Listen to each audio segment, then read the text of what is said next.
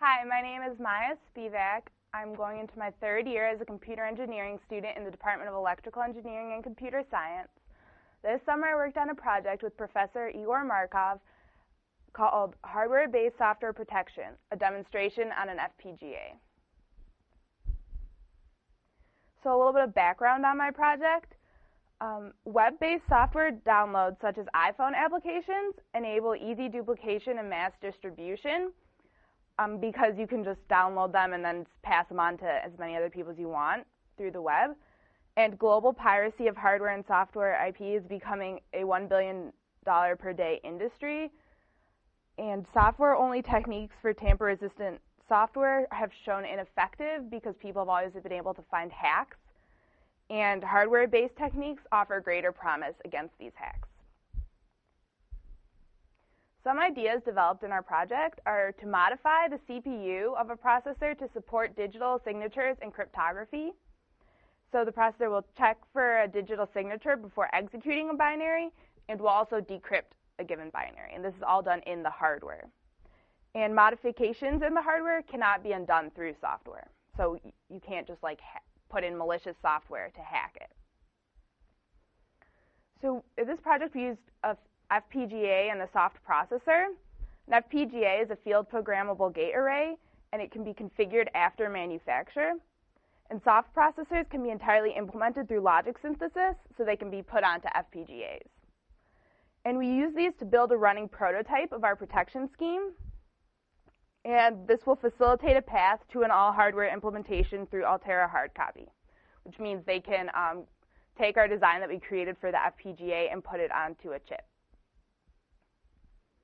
So some of the added functionality that we did to the Neos 2 processor, which is the Altera processor, soft processor, is an AES 128 decryption module, and which is a single key cryptography, and then an SHA 256 module, which is a hash function to be used for the digital signature, and then a digital signature algorithm verification module, and that uses public key cryptography, which means there's a private key and a public key, so two separate keys.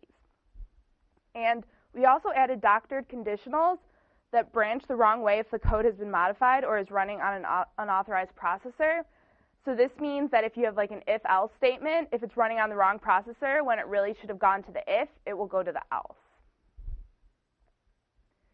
So the basic data flow for this project is you start with the binary is signed, encrypted, and loaded onto the FPGA board. Then the data is read in by the processor and decrypted using the hardware. Then this decrypted data is put through a hash function for use in the signature verifier. Then the decrypted data is returned to the on-chip memory.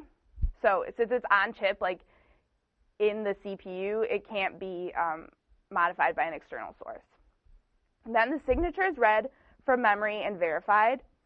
And if it is not verified, the processor aborts the program.